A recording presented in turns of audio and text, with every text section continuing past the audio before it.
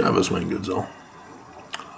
So yeah, despite the video last night, I did have another video idea in mind when I first woke up this morning. Read, ponder, pray, take out, manifest, get an answer by the Spirit. Moroni chapter 10, verses 3 through 5. This is how Mormons interpret it. They have to remove manifest from the equation, or redefine manifest as a spiritual witness,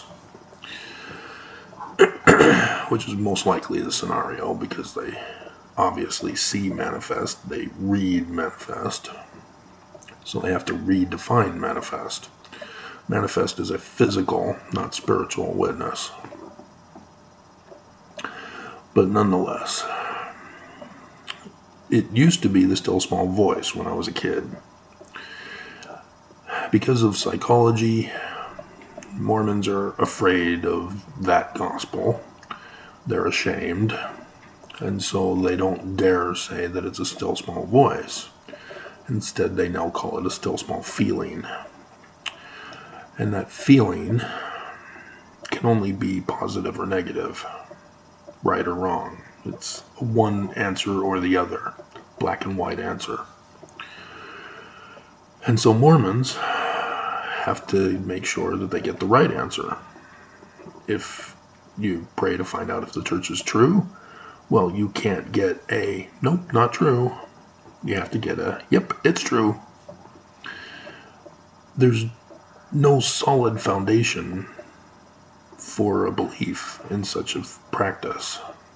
It is fallaciously inaccurate, unsound, and yet it has deceived Christians for 1700 years with the creation of non-existent Jesus.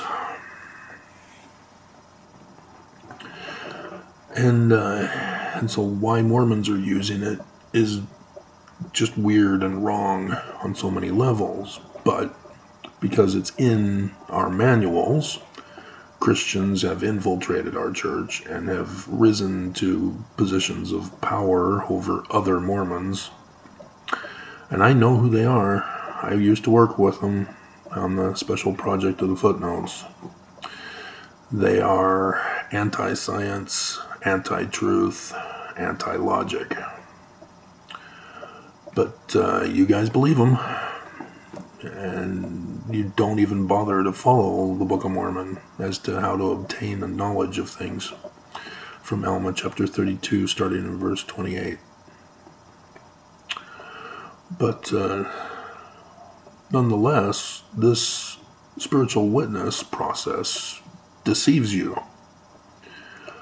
You're getting wrong answers. You're getting your will rather than what the truth is.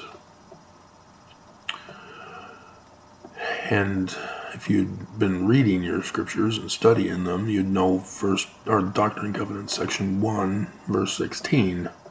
You don't do your own will because you're creating your own God. That's the danger of this.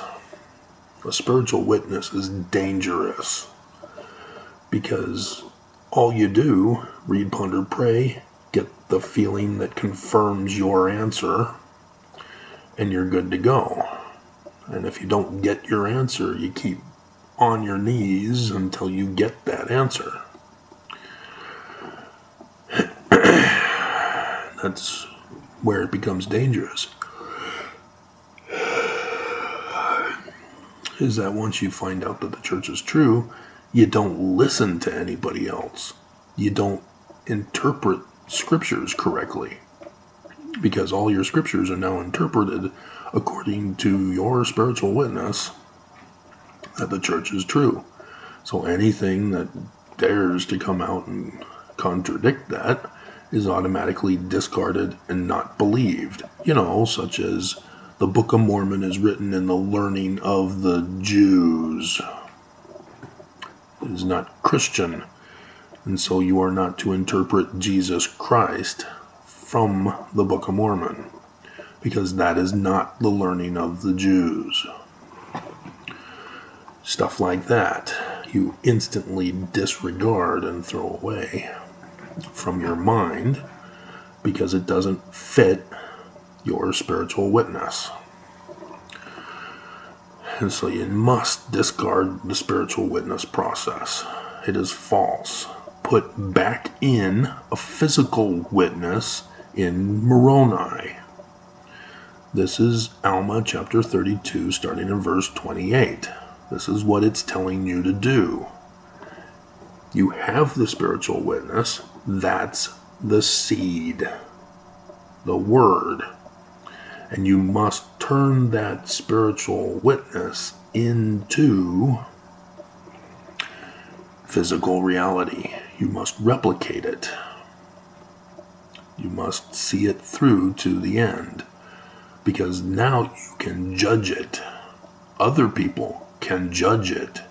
We can't judge a spiritual witness. Yeah, you had a feeling. Great. I guess we have to believe you. Because you're getting so emotionally upset over it. But a manifested witness, people can judge you. Yeah, that's also another fear of Mormons. They don't want to be judged. Oh no, there's no Book of Mormon plates? How are people supposed to judge? By their precepts. Duh. And so, yeah, the Book of Mormon is written in the learning of the Jews. There is no plates. That's the great grand mystery, Mormons. You keep waiting for plates to appear. You keep making excuses why there are no plates. And you turn it into all literal history. So, well, you see, Moroni came back to Joseph Smith and took them back to his other dimension. Are you listening to yourself? This is learning of the Jews. And you don't even know what the learning of the Jews are. Should I even dare tell you after all the videos I've been doing? Should I force you to watch my other videos so that you can figure out what the learning of the Jews is in regards to scripture writing? Or should I just refer you to other Book of Mormon scriptures that explains it for you? 2 Nephi chapter 25 verse 1. Mormon chapter 8 verse 33. It is apocalyptic literature. It is books of revelation. All scripture are. They all testify of the latter-day Christ.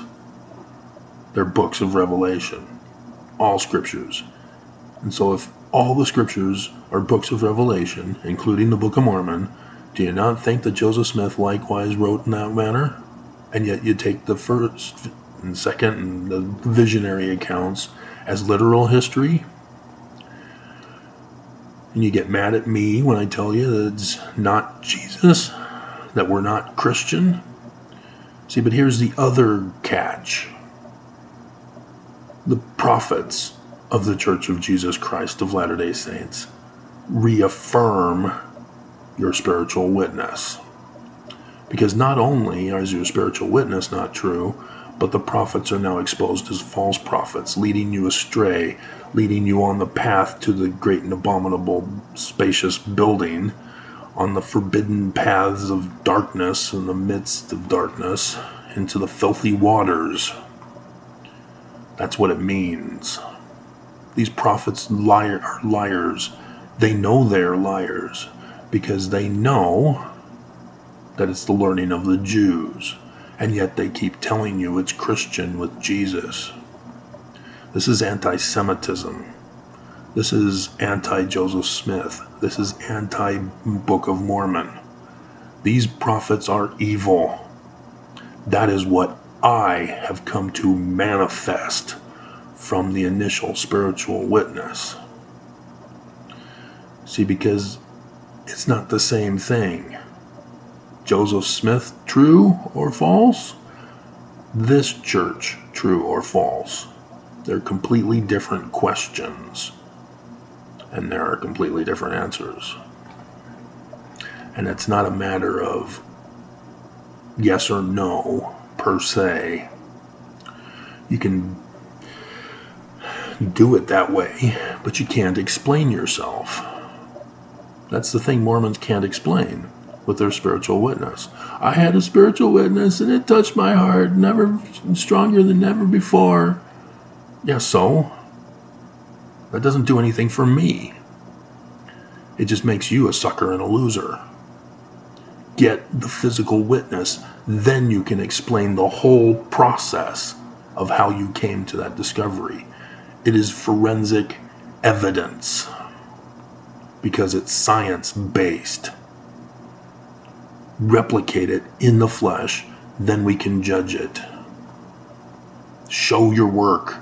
Don't just put down an answer and tell us that it's correct because you had a spiritual witness. Show your work.